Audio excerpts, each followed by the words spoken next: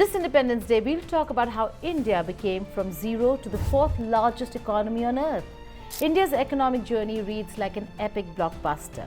In 1947, it was a broken, exploited nation, robbed of wealth and stripped of industry. Today, in 2025, it towers over Japan in nominal GDP. Its $4.19 trillion economy powering industries from IT to manufacturing and from space tech to fintech. The transformation was neither instant nor easy. It was forged through crisis, reform, ambition and grit. The climb has been steep, the view now breathtaking. But how exactly did a once impoverished colony rewrite its destiny to stand shoulder to shoulder with global giants? Hello and welcome. You're watching Statecraft with me, Geeta Mohan.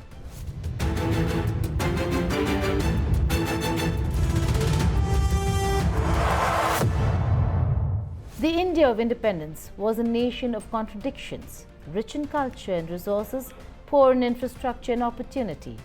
The British exit left a shell. 75% of people trapped in agriculture, a per capita income of just rupees 240, and literacy barely scraping 17%.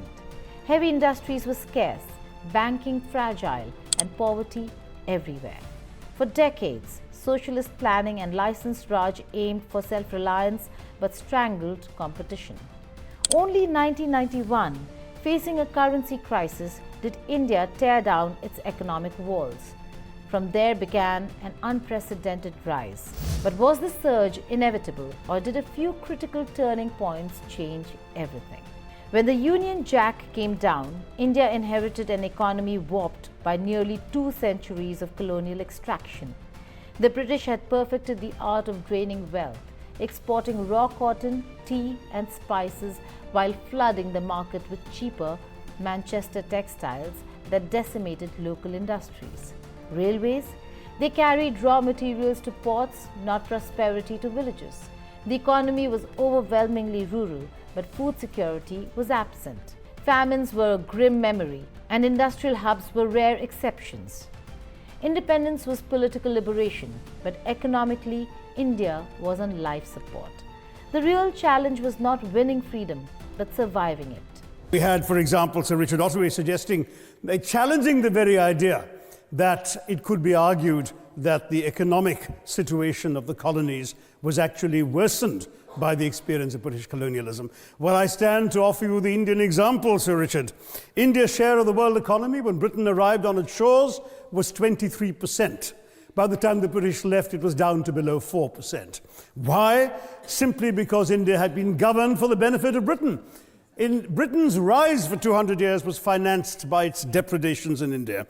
In fact, Britain's industrial revolution was actually premised upon the deindustrialization of India. The handloom weavers, for example, famed across the world, whose products were exported around the world, Britain came right in. There were actually these weavers making fine muslin, light as woven air, it was said. And Britain came right in, smashed their thumbs, broke their looms, imposed tariffs and duties on their cloth and products, and started, of course, taking the raw materials from India and shipping back manufactured cloth, flooding the world's markets with what became the products of the dark and satanic mills of Victorian England. That meant that the weavers in India became beggars, and India went from being a world-famous exporter of finished cloth into an importer, went from having 27% of world trade to less than 2%.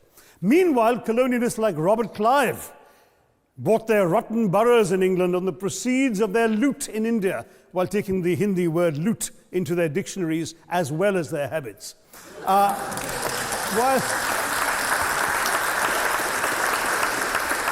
And the British had the gall to call him Clive of India, as if he belonged to the country, when all he really did was to ensure that much of the country belonged to him.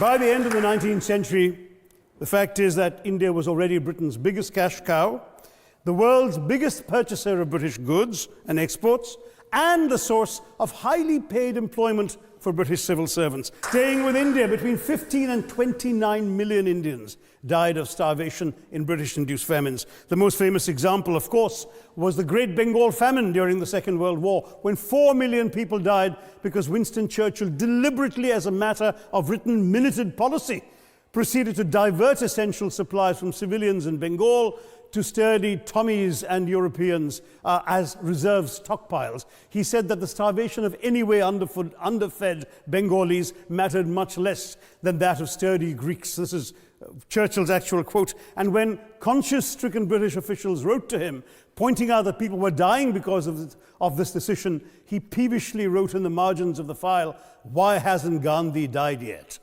So all notions that the British were trying to do their colonial enterprise out of enlightened despotism to try and bring the benefits of colonialism and civilization to the benighted heathen. I'm sorry, Churchill's conduct in 43 simply one example of many that gave a lie to this myth. As others have said on the proposition, violence and racism were the reality of the colonial experience.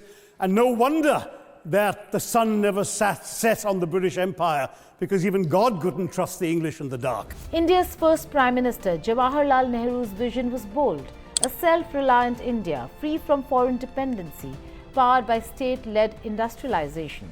Planning Commission's 5-year plans became the central script for development. The early focus was on irrigation, power, and heavy industry, laying the groundwork for steel plants, dams, and public enterprises. Green Revolution of the 1960s banished grain shortages, turning India food secure. But alongside the achievements came the License Raj, a maze of permits and controls that suffocated entrepreneurship. By the 1980s, the Hindu rate of growth, a modest 3.5% per year, had become a national punchline. The dream was alive, but sluggish. By the late 1980s, cracks in the socialist fortress were impossible to ignore. Debt was mounting, exports lagging, and foreign reserves shrinking. Some timid deregulation crept in, but the global tide was shifting. The Soviet Union, India's old ally, was collapsing, and markets everywhere were opening. For India, the breaking point came in 1991, a balance of payments crisis so severe that the country had barely 2 weeks of import cover left. The government quietly pledged gold to the IMF. Survival demanded more than patchwork fixes. It demanded a radical rewrite of the economic rulebook.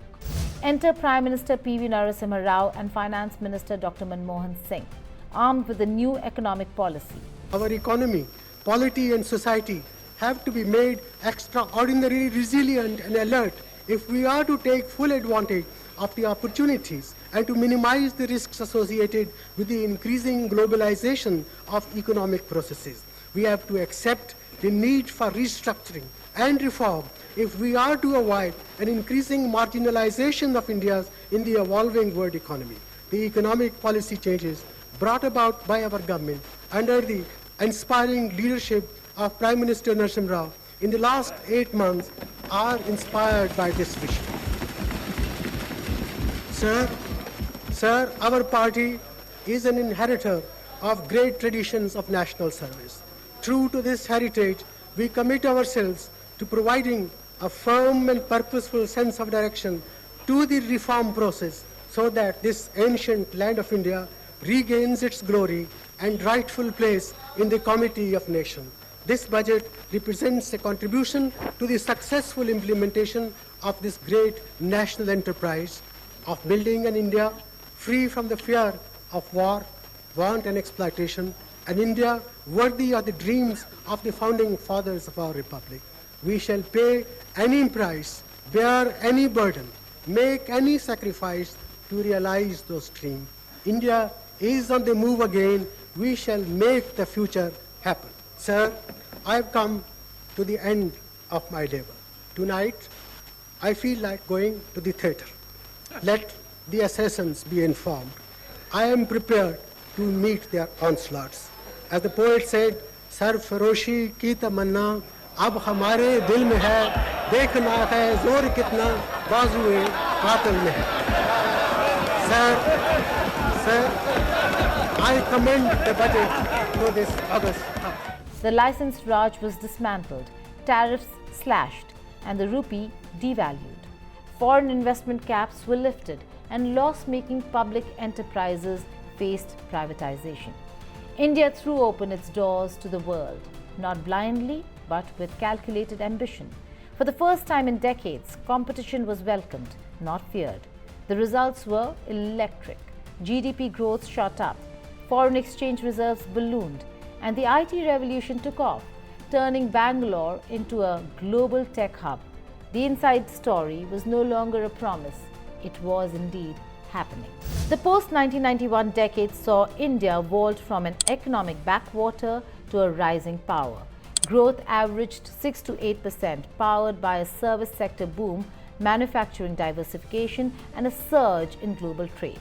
IT exports exploded from $565 million in 1991 to tens of billions by the 2010s. Telecom penetration soared and the urban skylines transformed. Poverty rates began to fall, lifting hundreds of millions into the middle class. The stock market deepened, startups flourished, and the world began to talk of India not as a developing nation but as an emerging giant. The climb had begun and momentum was on India's side. Between 2003 and 2008, India clocked near China levels of growth, 7 to 9% annually, cementing its status as one of the world's fastest growing economies. The 2008 global financial crisis tested its resilience, but stimulus measures cushioned the blow. The 2010s brought bold moves. And then came policy rollouts such as demonetization in 2016 and GST rollout in 2017. Although unpopular in many quarters, many economists hail it as a bold move to boost Indian economy. Through political churn and global volatility, India's growth story refused to die. It bent, but it didn't break. The COVID-19 pandemic slammed the brakes. GDP shrank 7.25% in 2020, the sharpest contraction in decades. But India bounced back faster than skeptics predicted.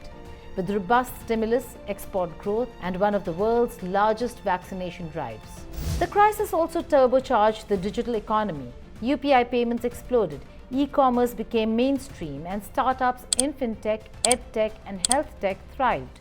The economy that emerged from lockdown was more wired, more connected, and more ambitious. Far from being derailed, India's trajectory seemed re-energized, with tech and innovation leading the rebound. By 2025, India had done the unthinkable, leapfrogging Japan to become the world's fourth largest economy with a GDP of $4.19 trillion. Growth in 2024-25 clocked 6.5%, the fastest among major economies. Exports hit a record $824.9 billion. Inflation cooled to 2.82%, and both rural and urban consumption surged. Policy initiatives like Make in India, Atmanirbhar Bharat, and PLI schemes supercharged manufacturing and tech investment. From AI to green energy, India was no longer catching up, it was leading in select fields. The decade of India wasn't a slogan, it was a statistical reality. Yet, the climb is far from over. Income inequality gapes wide between states, and per capita GDP still lags far behind developed nations. Job creation struggles to match the ambitions of India's youth, and agriculture, though less than 15% of GDP, still employs nearly half the workforce. Urban migration strains infrastructure, and environmental pressures loom. The task ahead is as much about inclusion and sustainability as about raw growth. India may be in the global top 4, but the goal is not just to grow bigger, it's to grow better. The IMF predicts India will overtake Germany by 2028 to become the world's third largest economy, potentially crossing $5 trillion in GDP. If history is any guide, the path will not be smooth, but India's greatest strength has been its ability to adapt. From colonial plunder to planned stagnation, from socialist caution to capitalist ambition, the economy has shape-shifted to survive every storm. Now, with a young population, digital dominance, and a reform-hungry policy climate, the question isn't whether India can rise further, it's how quickly it can rewrite the league tables again. In less than a century, India has gone from an economy in tatters to a global contender, from famine fears to food exports, from a currency crisis to foreign reserve surpluses. The climb was powered by planners and entrepreneurs, by farmers and coders, by crises that forced hard choices, and by reforms that unleashed potential. The fourth largest economy tag in 2025 is not the finish line. It's the halfway mark in a marathon toward economic superpower status. The only question here is, will India write its next chapter cautiously or in bold, sweeping strokes that got India here in the first place? An India not with disparity, but one that's inclusive. Thank you for watching Statecraft.